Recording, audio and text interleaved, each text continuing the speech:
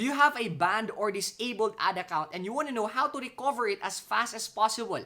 In this video, I'm gonna share with you 3 strategies that we implement and use to recover every time we get an ad account disabled or banned. Coming up.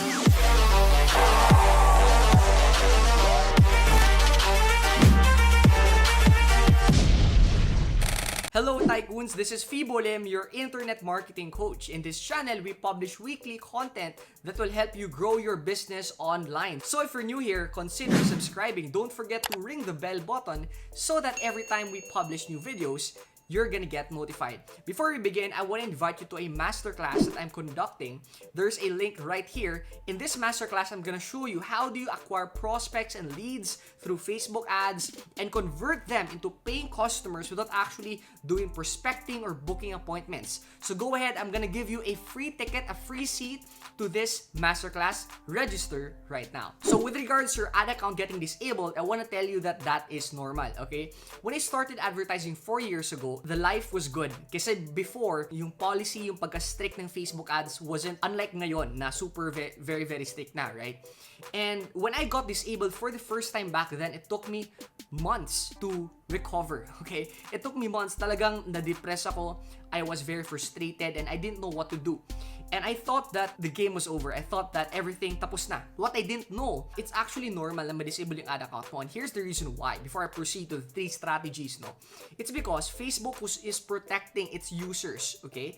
And of course, so sobrang daming advertisers, yung mga tao, yung mga Facebook people or yung mga employees nila cannot accommodate all of the advertisers. So they have this artificial intelligence or they have this system that automatically disables and disapproves. Kumbaga nag-filter out yung sa tingin ng computer or ng system, kumbaga policy compliant, right? However, I'm gonna tell you that minsan yung system ng Facebook is nagkakamali kasi it's still learning. It's an artificial intelligence. As the time goes by, it learns and learns and learns. So since it's still in the learning process, hindi pa perfect kumbaga yung system na yun. Most of the time, automatically disables yung mga ad accounts na sa tingin na it's violating the policies. Now, what's gonna happen is there yung may second layer, may second level, which is yung tao, yung employees naman yung magdo-double check manually, okay?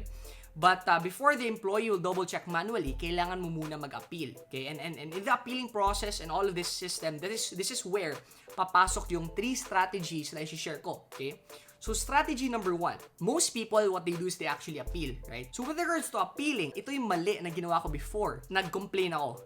Sabi ko, why are you disabling my ad account? Nag-follow naman ako. I'm paying you lots of money. Marami akong sinabi na mga paying thousands of pesos. Why are you shutting down my account? Blah, blah, blah, blah. And to make the long story short, hindi na recover yung ad account ko na yun.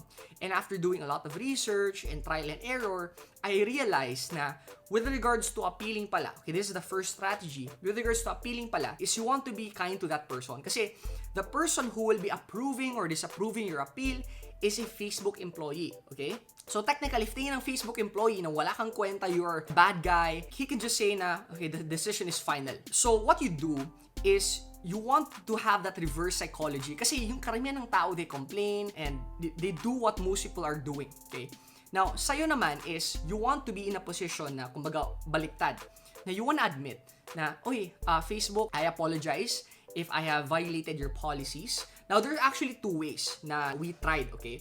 Number 1 is you're gonna say that I didn't violate any policy. However, here's the problem. Everybody is saying that eh.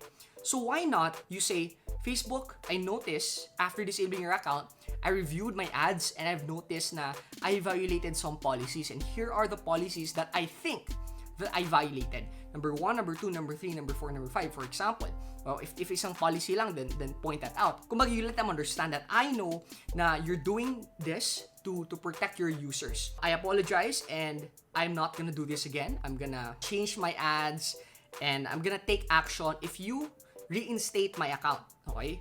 And by doing this strategy, by the way, by admitting your mistakes, by being kind, what's gonna happen is the Facebook employee will say, ay, kawawa naman tong taong to, and eventually, ibabalik yung account mo. Okay, I want you to remember na itong mga employees na to, most of them are just teenagers, kakagraduate lang, fresh graduates, and honestly, they have no idea.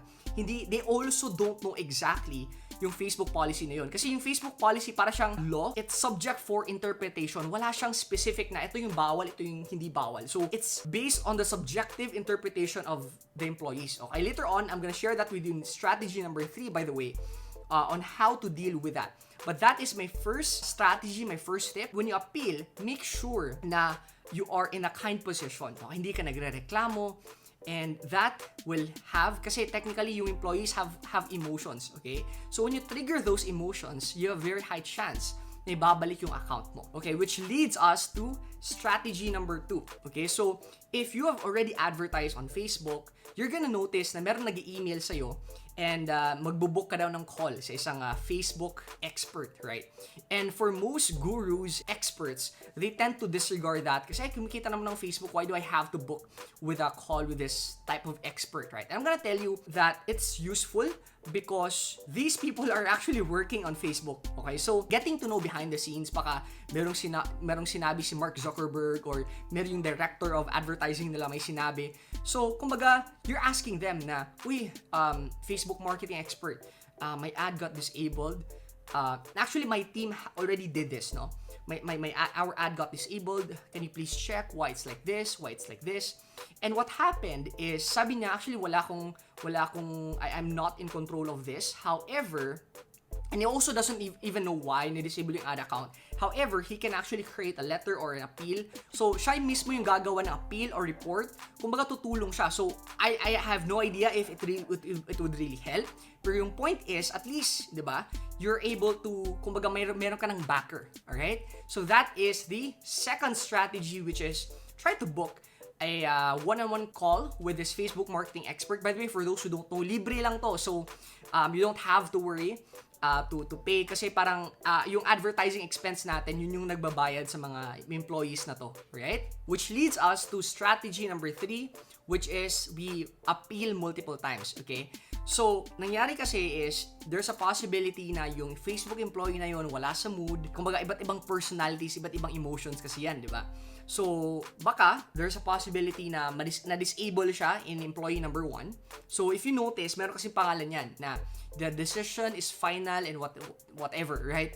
However, you can still appeal for a limited number of times. So, what we tried doing is we actually appealed, and when another person checked it manually, so sinabi niya na I apologize, your ad account is already back, So ngayon is you just wanna try to do it wherein you appeal multiple times, okay? However, merong maximum limit siya. So, I'm not sure if ilan yung number of limits, no? But we tried to appeal multiple times. And you don't know, baka makatulong siya, alright? Then, before we end, last bonus na I want to share with you is it's really best to have like a backup ad account, okay?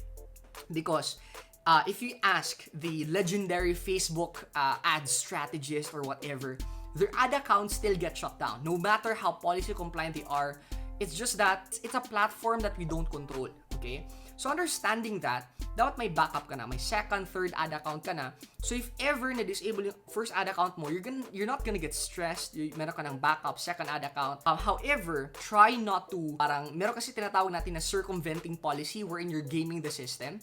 So, yun. Anyways, you can read more about that in the Facebook ad policies. You can just go to Google and type Facebook ad policies. Basta yung point nito, guys, is this. Huwag kayong ma-stress if ever ma-disable yung ad account nyo because technically nakikihiram lang tayo. It's a platform that we don't own. Okay, even if we're paying them millions. In fact, our business, we're paying Facebook millions of pesos every single month and Facebook still disables us. Okay? And they're doing that again to protect their users kasi baliwala yung million mo kung yung users naman is nasa-sacrifice yung consumption nila. Alright? So, to recap, here are the 3 strategies I shared with you. No? Number 1 is when you appeal, make sure na you're gonna be kind. Number 2 is try to book a call with your Facebook ads expert. And number 3 is try to appeal multiple times. Question of the day, have you tried getting your Facebook ad account disabled? Okay, how did you recover it, by the way? Let me know your thoughts your strategies on how you recovered your own Facebook ad account. Let me know in the comment section below. By the way, if you'd want me to share with you how you run ads, and not just run ads but convert your leads and prospects into paying customers online, specifically growing your business online, selling your products online, I want to invite you to my upcoming masterclass. There's a link right here. I'm going to give you an opportunity to register for a free seat right now. Go ahead, visit fibolim.com/class. Thank you so much for watching this video. If you have not subscribed to our channel yet, go ahead, click subscribe and ring the notification bell so that every time we publish new videos, you are gonna get notified. Until next time, this is Fibo Lim. Achieve success, live with happiness, and enjoy the good life. See you in our next episode.